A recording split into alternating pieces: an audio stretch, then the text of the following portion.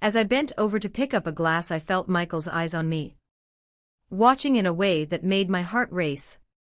When I stood up and glanced at him, his gaze didn't move, holding mine with an intensity that caught me off guard. "You don't even know what you're doing to me," he said quietly, his voice low and serious. The room suddenly felt smaller, the air heavier, and I wasn't sure if I wanted to look away or step closer. In that moment I knew things were about to change, and I didn't know if I was ready. I had been a long day, one of those exhausting afternoons, where I found myself counting down the minutes until I could collapse into bed.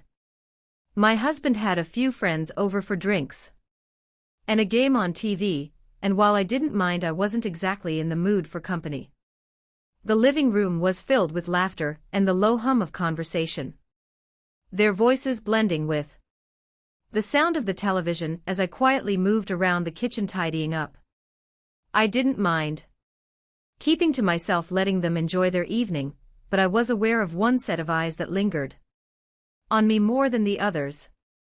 It wasn't something I was imagining. I could feel it.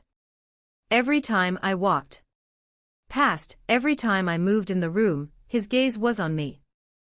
Michael, my husband's friend, had always been friendly, polite, the kind of guy who knew how to blend in, never causing much of a stir, but tonight something felt different. The way his eyes followed me, the way his conversation would falter slightly when I entered the room, as if I was distracting him in ways he couldn't explain. I didn't know why, but it made the air around me feel thick, heavy with attention I couldn't quite place. I tried to ignore it, focusing on my tasks, but the weight of his stare was undeniable. Every time I bent down to pick something up, every time I reached for a dish, I felt him watching. It was subtle at first, easy to brush off as just my imagination.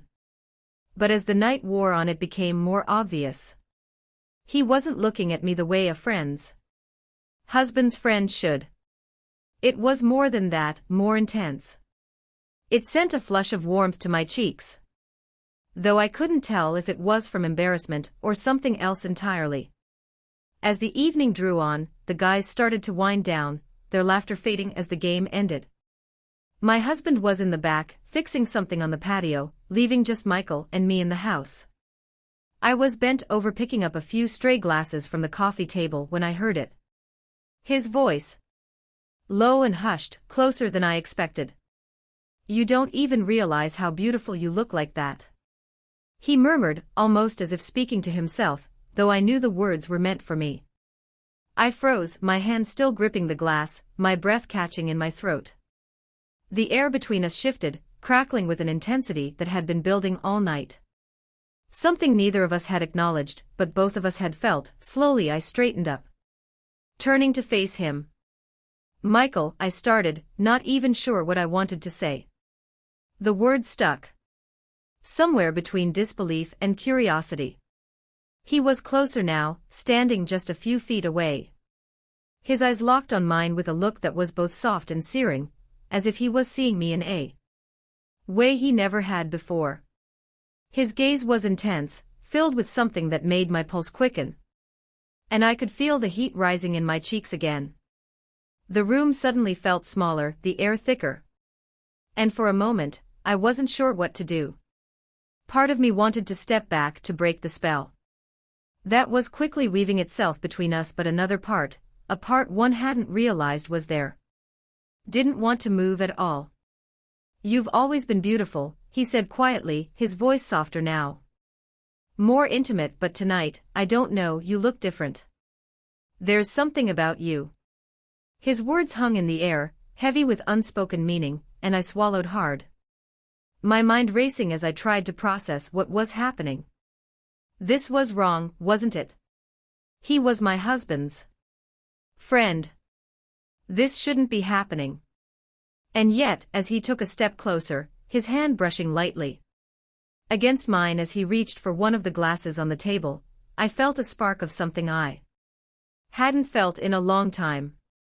Something I didn't want to admit was there. "Michael, we shouldn't." I began, my voice barely above a whisper, though I wasn't even sure what I was going to say.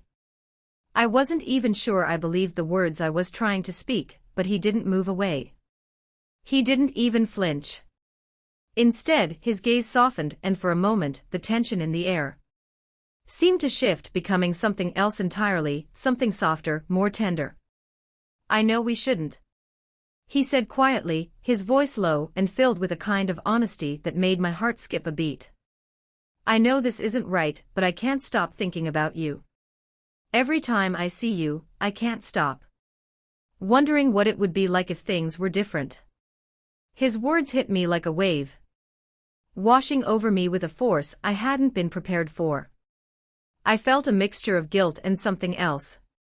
Something I couldn't quite name, but was undeniably there.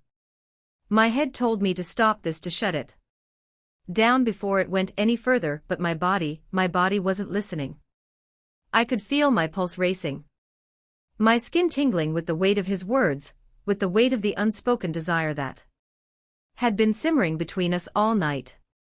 "I've been trying to ignore it," he continued, taking another step closer until we were standing inches apart. "But tonight, I don't know, I can't pretend anymore." His hand reached out hesitantly as if he was testing the waters, his fingers brushing against my arm. The touch was light, almost feather-soft, and I could feel my breath catch in my throat. I was sure he could hear it, and for a moment I wasn't sure what to do. I should stop this. I knew I should, but I couldn't move. "Michael," I whispered, my voice trembling with the weight of everything I wasn't saying. "This isn't right." "I know," he whispered back, his eyes never leaving mine, "but tell me you don't feel it too. Tell me you don't feel something between us." I couldn't. The words wouldn't come, because the truth was, I did feel it. I had felt it all night, even if I hadn't wanted to admit it. There was something between us, something electric, something undeniable. And now that it was out in the open, I couldn't push it away. Couldn't pretend it wasn't there. The pull between us was too strong, the air too charged with everything we weren't supposed to feel. He stepped even closer now, his body inches from mine, his breath warm against my skin. I could feel the heat radiating off him, and it made the air around us feel stifling, thick with tension and desire. My head was spinning, my heart racing, and every rational thought I had was slipping away, replaced by the overwhelming need to be closer to him, to feel his touch, to give in to whatever was happening between us.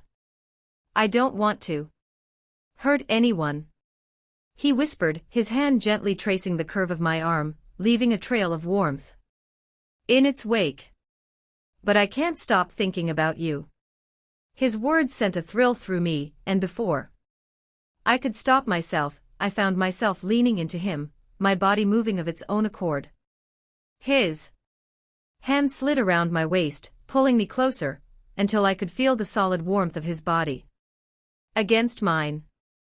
The moment our bodies touched, it was like something inside me snapped, like all the resistance I had been holding on to melted away in an instant. "I don't know what we're doing," I murmured, my voice shaky as my hands moved to his chest, feeling the rapid rise and fall of his breath beneath my fingertips. "But I can't stop either."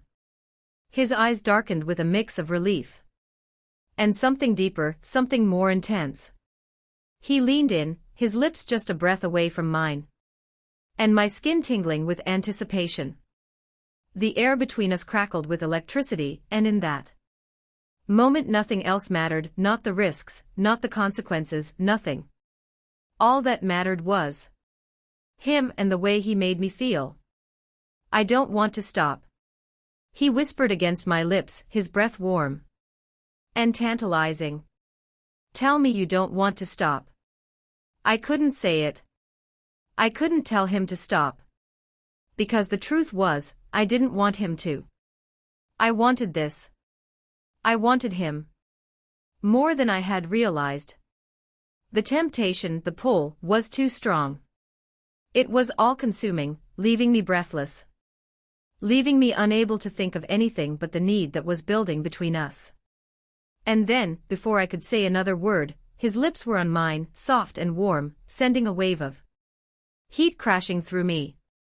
The kiss was gentle at first, tentative, as if he was waiting for me to pull away to stop him. But I didn't. Instead, I leaned into him, my hands gripping his shirt, pulling him closer as the kiss deepened, growing more intense, more urgent. Every second felt like a spark igniting, a fire that had been smoldering beneath the surface finally blazing out of control. My hand slid up his chest, feeling the heat of his skin through his shirt, and his arms tightened around me, pulling me impossibly closer. The kiss grew more passionate, more desperate, as if we were both trying to make up for all the moments we had denied ourselves. His hands gripped my waist, pulling me even closer, his fingers pressing into the small of my back, leaving a trail of heat wherever they touched. The kiss deepened, turning from gentle and tentative into something more intense, something filled with all the desire and longing we had been holding back for so long. My breath came faster, and I could feel the weight of his body pressing against mine, solid and unyielding, as if he never wanted to let go. He slid his hands up my sides, making my skin tingle with every movement. My hands were on his chest now, feeling the firmness of his muscles beneath his shirt, and I couldn't stop myself from exploring, my fingers moving up to his neck, threading through his hair as I pulled him closer.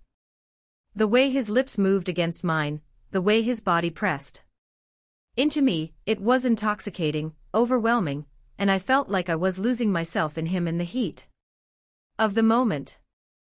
The room around us seemed to disappear, the sounds of the outside world fading into nothing, as we became the center of everything.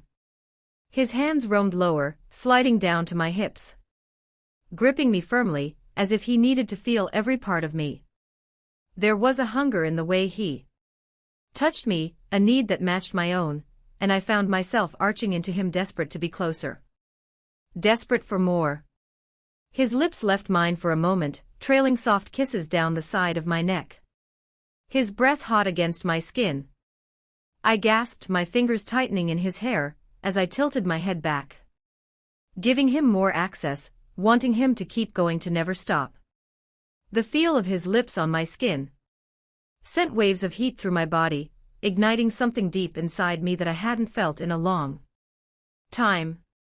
It was as if every touch, every kiss was waking something up, something I hadn't even realized had been dormant for so long. "I've wanted this for so long," he murmured against my skin, his voice thick with emotion, his lips still pressing kisses along my collarbone. "You don't know how hard it's been, pretending I don't feel this, pretending I don't want you." His words sent a thrill through me, and I couldn't hold back the soft moan that escaped my lips.